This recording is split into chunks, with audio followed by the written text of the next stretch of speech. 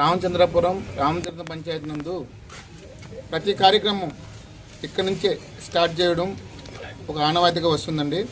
అదేవిధంగా ఈ మహానాడు కార్యక్రమం ద్వారా మామూలుగా జన పిలుపు మేరకు ఎమ్మెల్యే గారి ప్రశాంత్ రెడ్డి గారి ఆదేశాల మేరకు రామతీర్థం పంచాయతీ నందు ఈరోజు మహానాడు కార్యక్రమం గురించి ప్రజలకి తీసుకోపోవడం జరుగుతుందండి.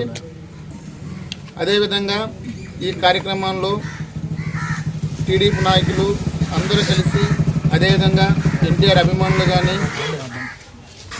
అభిమానులు, టీడీపీ పార్టీ అభిమానులు, మన ప్రశాంతమ్మ గారి అభిమానులు అందరూ కలిసి కూడా ఈ కార్యక్రమాన్ని చాలా ముందు తీసుకెళ్ళాలి. 44 సంవత్సరాల తర్వాత మన నెల్లూరు రావడం నిజంగా మనం చాలా అదృష్టం. అందులో మరి మన కోవూరు నియోజకవర్గం రావడం చాలా గొప్ప విషయం అండి. ఈ మహానాడాన్ని మనందరం కలిసి కూడా ఎంతో ప్రత్యేకత తీసుకొని దీన్ని అందరూ కూడా ఒకటిగా అయ్యి ఈ మహానాడాన్ని జయపరిచేందుకు అందరం కోరుతున్నామండి. ఈ మహానాడు కార్యక్రమంలో ప్రతి ఒక్కరూ వాళ్ళు బాధ్యతగా తీసుకొని మహానాడు కార్యక్రమానికి ప్రతి గ్రామాల నాయకులు అందరూ కలిసి కట్టుకొని అంటే 27వ తేదీ ఒక సభ ఉంటుందండి. 28వ తేదీ అన్న ఎన్టీఆర్ జయంతి సందర్భంగా ఉంటుందండి. 29వ తేదీ 7 లక్షల మంది జనాలతో భారీ బహిరంగ సభ ఉంటుందండి. ఈ భారీ బహిరంగ సభకి అందరూ కూడా ప్రతి నాయకుడు, ప్రతి కార్యకర్త, ప్రతి ఎన్టీఆర్ అభిమానులు కానీ, టీడీపీ పార్టీ అభిమానులు కానీ, ప్రశాంతమ్మ అభిమానులు కూడా అందరూ కూడా కలిసి ఒక్కసారిగా అందరం పోయి మన మహానాడిని జయపరిచేందుకు కోరుకుంటున్నాము.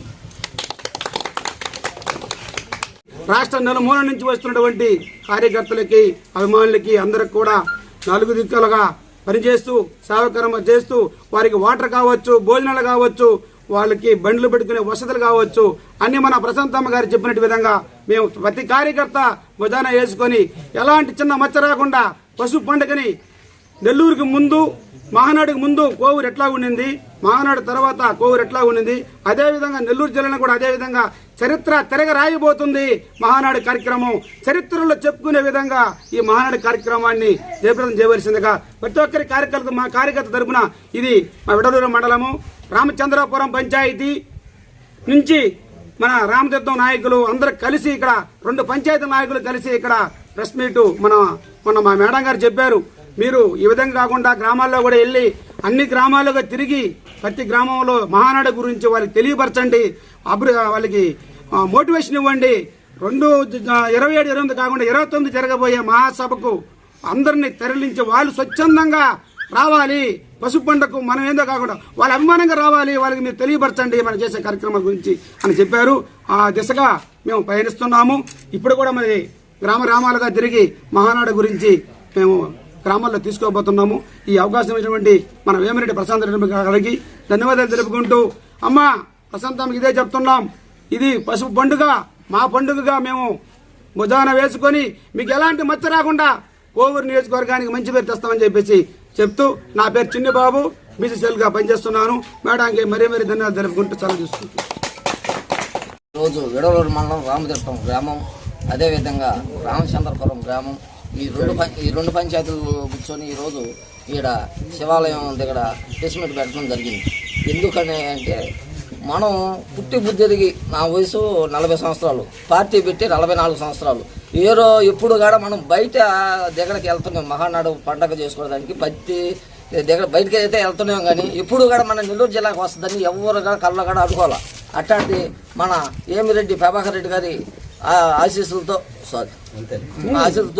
అదేవిధంగా మా అమ్మ తల్లి సమానంలో అయిన మా ప్రశాంతమ్మ ఆశీస్సులతో ఈరోజు మన నెల్లూరు జిల్లాకు రావడమే కాకుండా మన కోవూరు నియోజకవర్గానికి రావడం అనేది చాలా మనం చేసుకున్న పుణ్యంగా నేను భావిస్తున్నా.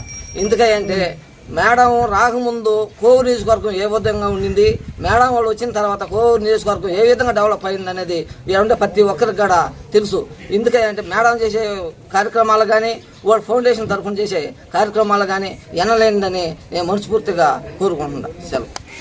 మాకు నేను 20 సంవత్సరాల నుంచి టీడీపీలో పనిచేస్తున్నాను. కానీ మనకి రాష్ట్ర తెలుగుదేశం నాయకులు మన ఆవుల వాసు గారు ఈ 15 సంవత్సరాలు ఎంతోమంది నాయకులు వచ్చారు, నాకు అసలు. కానీ ఆయన ఇప్పుడు తొలడుగు వేసాడు. మా వెల్లూరు మండలంలో ఎస్టీలు కానీ మత్స్యకారులు కానీ ప్రతి ఒక్కరికి ఆయన చేసిన సహాయం మేము ఎవరిని ఇప్పటికీ మర్చిపోలేదు. కానీ నాకు ఎక్కువగా మాట్లాడేది కొంచెం కష్టంగా ఉంది. దయచేసి అందరికీ నమస్కారం.